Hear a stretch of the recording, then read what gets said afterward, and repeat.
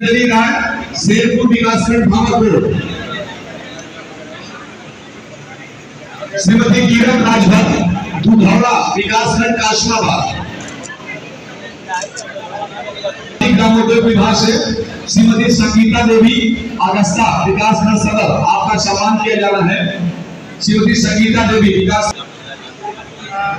के बीच में जब ये बात नहीं है, जनता ने इस बात को स्वीकारा है कि 8 साल में जो प्रदेश में दंगे होते थे वो दंगे खत्म हो गए, बंद हो गए, कर्फ्यू लगते थे वो बंद हो गए, जो अपराधी छुट्टा सांड की तरह घूमते थे अब उन पर बड़े पैमाने पर इनाम लगा, जो किसान सम्मान निधि जो बीच में बिछड़िए थे वो बंद हो गए, उनके खाते से खत्म हो जा रहा है।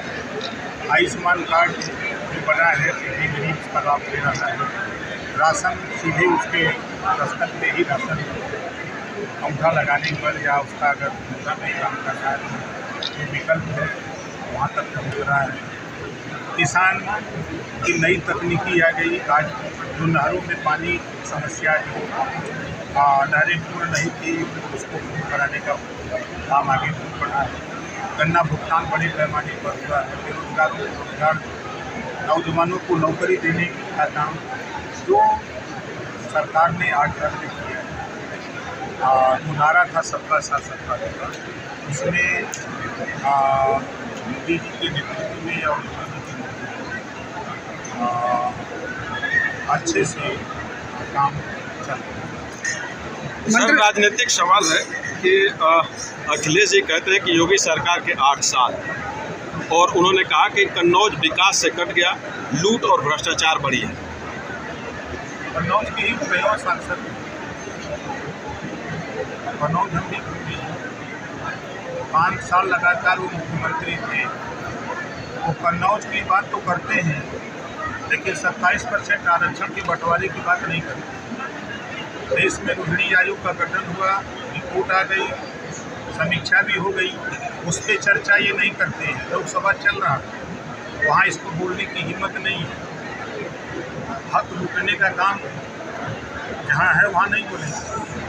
पिछड़ों का हक लूटने में माहिर नारा देते हैं कि हम पीडीए चला रहे हैं, लेकिन नाई कुंवर प्रजापति राजभर चौहान की केवट मल्ला रात मियाँ सारी साई दर्जी फकीर का हिस्सा किसने लूटा? 5 साल में 27% आरक्षण का लाभ कौन ज़्यादा उठा रहा है? ये वो क्यों नहीं बोलते? मंत्री जी, अखिलेश यादव का ये भी कहना है कि जो यूपी सरकार की गौशाला है उससे बदबू आ रही है। सर, उन्होंने ये कहा है कि बीजेपी संगमरमर बिछा करके उनकी सरकार थी तो संगमरमर बिछाए थे। उन्होंने ये कहा कि बीजेपी जो है दुर्गंध वाले काम कर रही है, जबकि हमने इत्र का पार्क बनवाया है। खुशबू मुझे पसंद है, बीजेपी को दुर्गंध पसंद है। देखिए, सपा बसपा कांग्रेस नफरत की राजनीति करते हैं, नफरत का बीज होते हैं, और एनडीए की सरकार भाईचारा की बात करती है, सबका साथ सबके विकास की बात करती है। ये चीज़ें एनडीए सरकार में, वहाँ नफरत है, यहाँ भाईचारा है, वहाँ हक लूटा जाता है, यहाँ हक दिया जाता है, ये अंतर है। लेकिन वो तो कह रहे हैं कि सांड पकड़ने में जो पैसे खर्च होते हैं उसका पैसा कहाँ गया, घोटाला हुआ, इस तरह की चर्चा कर रहे हैं। अब उनकी नज़र में यही सब मंत्री जी, विपक्ष लगातार 8 साल बेमिसाल को जुमला बता रहा है। अरे हम उनका जुमला जब हाई कोर्ट के आदेश को नहीं मानी, 3 सितंबर 2013 को हाई कोर्ट ने कहा कि 27% आरक्षण कुछ जातियाँ उसका लाभ उठा रही हैं, इसको बांट करके दिया जाए, तो मुख्यमंत्री वो खुद थे, उन्होंने हाई कोर्ट के फैसले को नहीं माना, तो जुमला तो लगेगा। मंत्री जी, राणा सांगा को बताया जाए गद्दार की वंशज है। अब देखिए, लोगों को रोटी, कपड़ा, मकान, शिक्षा, दवाई के विषय में एनडीए सरकार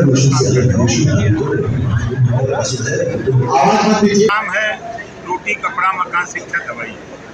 ये नफरत का बात बोल करके, नफरत का बीज बोल करके, नफरत फैला करके राजनीति करने वाले लोग बिना वजह की चर्चा करते हैं। सर, लालजी सुमन के घर पर जो हमला कल का हुआ है उसे आप किस नज़रिए से देखते हैं? देखिए, किसी सांसद के घर पर अगर हमला होता है ऐसी उसकी हम निंदा करते हैं, ऐसा नहीं होना चाहिए। संविधान है, संविधान के दायरे में, कानून है, कानून के दायरे में काम करना चाहिए। होली पर जुमा को लेकर विवाद हुआ और ईद पर नमाज को लेकर विवाद हो रहा है। कहा जा रहा है कि सड़क और छत पर नमाज नहीं पढ़ी जाएगी। कहीं कोई बात नहीं है। होली और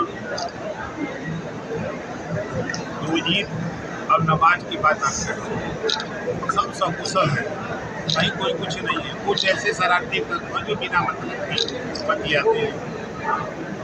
ईद पर मोदी जी जो ईदी देने की व्यवस्था की है मोदी किट के रूप में, क्या वो भी आपका ही विभाग है, तो ऐसे में वो किस नज़रिए से देखते हैं और क्या रहेगा इसका मतलब?